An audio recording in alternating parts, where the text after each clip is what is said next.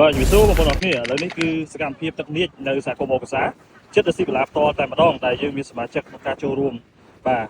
កាយយកលាសមុទ្របាទនេះបងប្អូនអរគ្នានេះសកម្មភាពពួកគាត់វ៉ាវបាទនេះកាប់ប្រមាណសមុទ្របងប្អូនអរគ្នានេះវ៉ាវពណ៌ពីងតែម្ដងស្អាតមែនទែនបងប្អូនណានេះបាទនេះងាយសនេះយើងលាមកផ្លែបានច្រើនដែរបងប្អូននេះវ៉ាវអូខេទៅស្គាល់មែនទែនបាទខាងនេះគឺទឹករយៈយើងអាចលេងបានកូនតូចរបស់លោកអ្នកអាចរីករាយជាមួយនឹងបរិយាកាសបាទនៅសមុទ្រផ្ទាល់ជាពិសេសគឺសប្បាយមែនតើនេះបាទរាវលាសបងប្អូនណារាវលាសនេះនឹងមួយក្រុមទៀតសប្បាយមែនតើអូខេនេះវ៉ាវ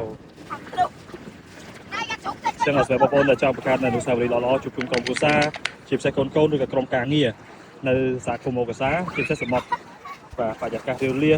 យប់ឡើងយើងចាក់មកចាក់គៀគឺអាចអញ្ជើញមកសាក់នៅស៊ីវិឡាបាននៅស៊ីវិឡាយើងមានបន្ថែមបាទយើងបន្ថែមស្នូលនិងពិលសម្រាប់បងប្អូនដែលបាទចង់ចាក់មកចាក់គៀបងប្អូនណាបាទហើយបើសិនតែរាវលា